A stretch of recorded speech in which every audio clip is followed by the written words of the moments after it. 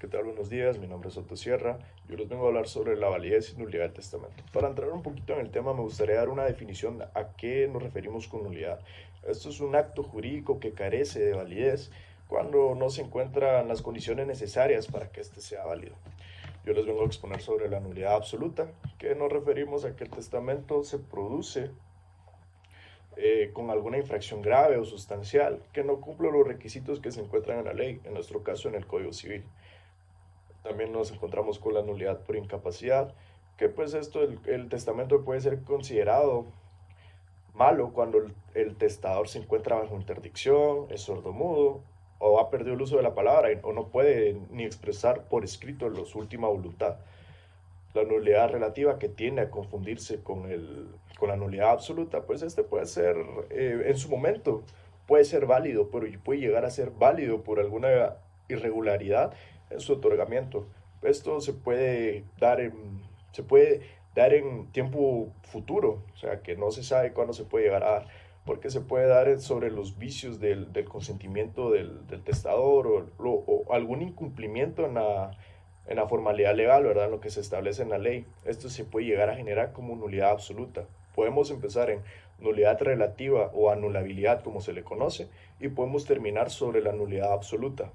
Cuando nos referimos a los vicios de la voluntad, es lo que nosotros encontramos en el artículo 1251 del Código Civil, que nos menciona sobre la declaración de voluntad, porque nos menciona la capacidad del sujeto legal, que menciona su voluntad, su conocimiento, y que no adolezca de vicio y que sea objeto lícito, ¿verdad?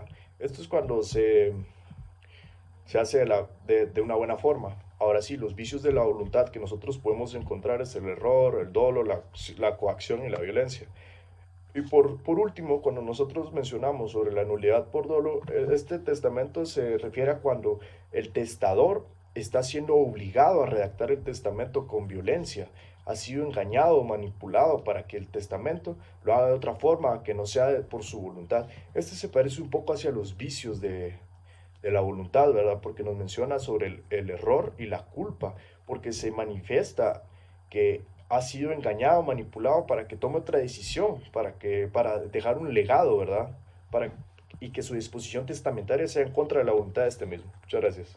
Ok, ahora les voy a explicar la nulidad por violencia. La nulidad por violencia consiste en que se obtiene quebrantando la voluntad de la persona, provocándole temor a través del uso de la violencia. Es importante determinar que en el otorgamiento del testamento es necesario que sea grave, causando en el testador la impresión necesaria que le obligue a testar de una manera determinada, en la que él desee.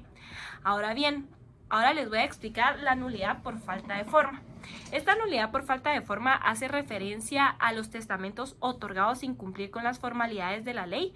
A esto me refiero a las solemnidades formales, por lo que el testamento otorgado sin observancia de estas formalidades legalmente establecidas lo convierte en nulo.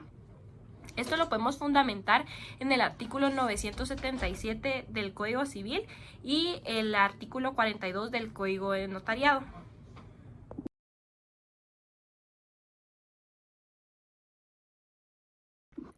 El legado es una disposición legal en la que el testador deja un bien o un derecho a una persona en particular.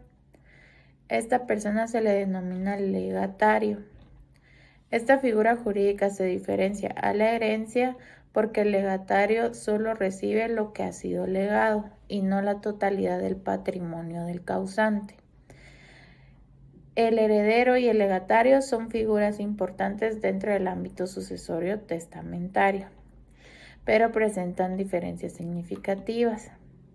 Mientras que el heredero es sucesor a título universal y tiene obligaciones como responder a las deudas del testador, el legatario es sucesor a título particular y solo está obligado a cumplir con lo dispuesto en el legado.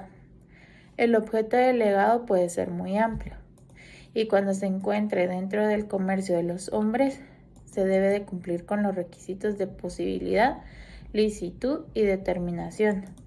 Debe tratarse de una cosa o de una obligación. Hola, mi nombre es Laura Pineda y los temas que voy a tratar en el presente trabajo van a ser básicamente la entrega de la cosa legada, cómo es necesaria la aceptación del legatario y cómo es necesaria que el legado le sea entregado por medios y personas determinadas establecidas en la ley. También voy a hablar acerca de la ineficacia de los legados, en qué casos particulares establecidos en la ley queda sin efectos y en qué casos determinados y un poco rebuscados en el Código Civil también puede pasar a quedar sin efecto. También voy a hablar un poco acerca de las distintas clases de legados, como de cosa propia, de cosa ajena, determinada, indeterminado, el de pensión, prenda o hipoteca, etc. Y por último, voy a estar hablando acerca de la aceptación de la herencia o del legado. Ahora les voy a explicar qué es un sublegado. El sublegado es la figura jurídica consistente en gravar con un legado al propio legatario. Esto quiere decir que el segundo legado no debe ser superior económicamente al valor del legado atribuido al legatario grabado, debido a que este mismo no tiene la obligación de responder al gravamen, sino hasta lo que alcance el valor del legado. Y por otra parte les quiero hablar de lo que es un prelegado. Un prelegado es una figura jurídica en la cual el heredero también figura con la condición de sucesor a título universal y a título particular, convirtiendo esto en un prelegado. Quiero decir que en una misma sucesión tiene la calidad de heredero y al mismo tiempo de legatario, siendo así que es al mismo tiempo. Dentro del testamento también está la figura del albacea. El albacea es aquel ejecutor especial que es persona designada por el testador para cumplir con su última voluntad, es decir, cumplir con sus disposiciones. Esto es diferente al albaceazgo, ya que el albaceazgo es la institución jurídica como tal, es decir, el cargo como tal y no la persona. Existen condiciones para poder ser albacea, que es tener más de 18 años, que pueda legalmente disponer de sus bienes, que sea capaz de adquirir los bienes a título de herencia y que no esté en actual servicio de las funciones judiciales o de la Procuraduría General de la Nación. Algunas de las características esenciales es que es voluntario, es decir, no es obligatorio que lo acepte, es personalísimo, es decir, es intuito persona, es temporal por un cierto tiempo determinado, es remunerado, es decir, de la misma herencia se le paga al albacea, es testamentario, que se otorga por medio del testamento y es una figura de la sucesión testada. Así como también el testador puede aceptar, renunciar o excusarse de aceptar el cargo del albacea. Dentro de los principales derechos de las albaceas encontramos que ellos pueden disponer y pagar los gastos del funeral, así como también pueden hacer las gestiones necesarias para poder garantizar la seguridad de los bienes. Y pues como tal tienen que administrar los bienes hasta que los herederos tomen posesión de la herencia. Entre sus obligaciones encontramos que tienen que hacer el inventario, pagar legados y los demás deudas. También tienen que repartir y adjudicar los bienes objeto de la herencia y cumplir con el desempeño de su cargo. También la ley prevé ciertas facultades especiales, las cuales son la venta de los bienes para el pago de deudas y legados y otorgar poderes especiales para los actos de administración.